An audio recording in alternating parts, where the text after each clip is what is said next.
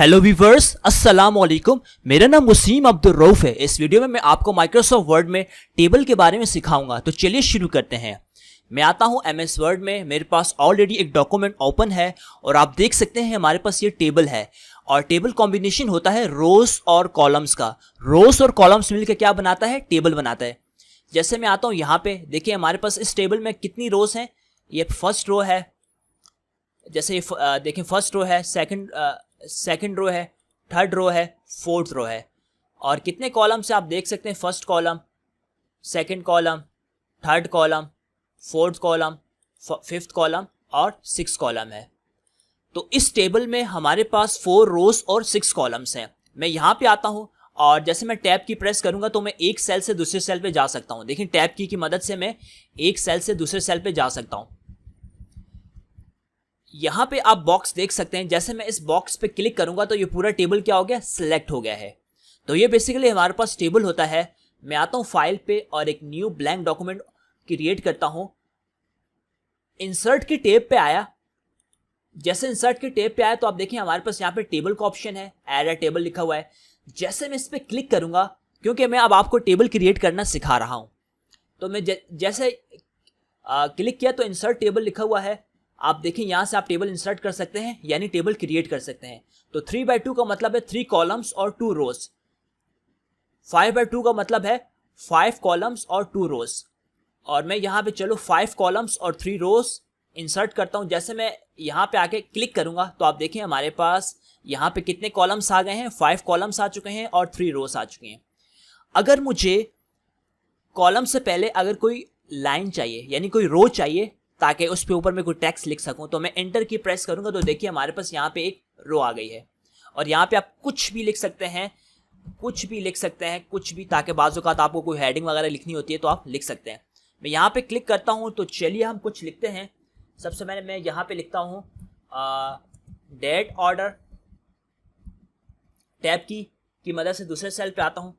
यहाँ पे मैं आइटम नेम लिख देता हूँ और यहाँ पे मैं स्टॉक नंबर लिख देता हूँ और यहाँ पे मैं लिख लेता हूँ क्वांटिटी ऑर्डर और यहाँ पे मैं लिख देता हूँ अमाउंट ईच।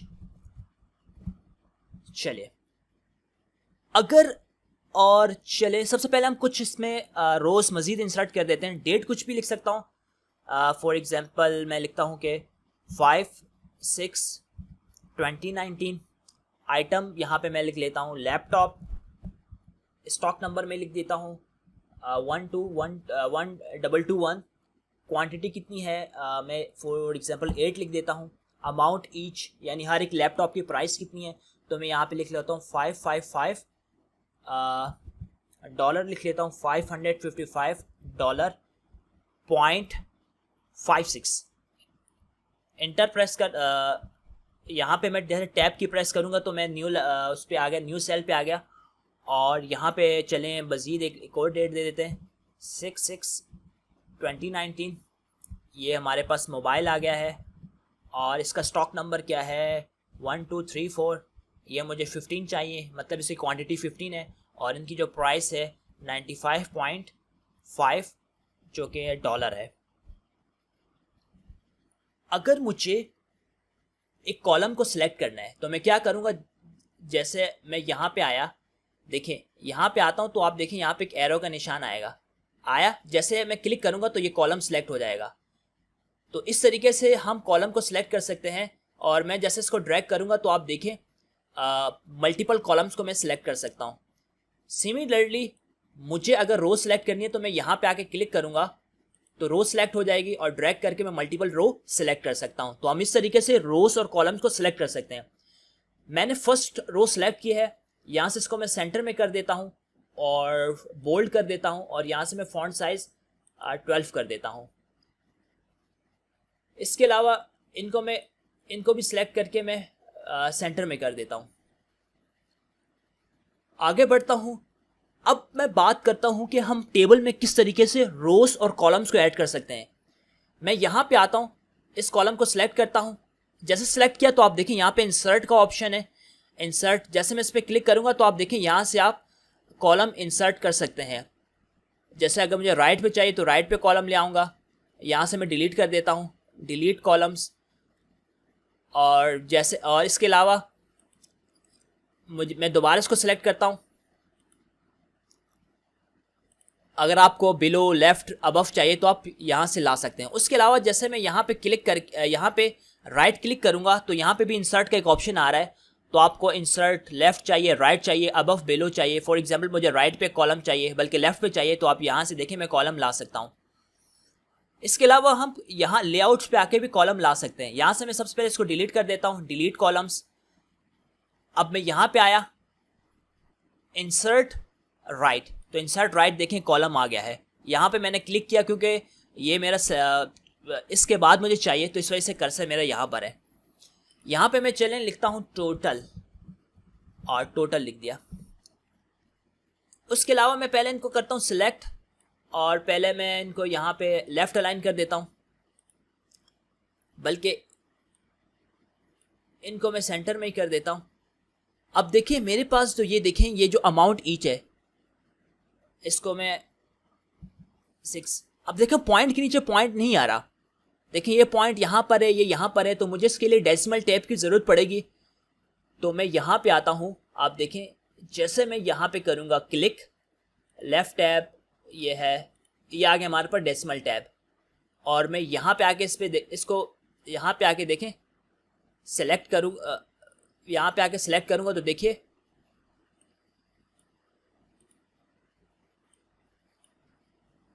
इनको पहले सबसे पहले सिलेक्ट करता हूँ और यहाँ पे आता हूँ। देखिए डेसिमल टैब पे क्लिक करूँगा तो ये देखिए यहाँ पे पॉइंट के नीचे पॉइंट आ गया है, आप देख सकते हैं।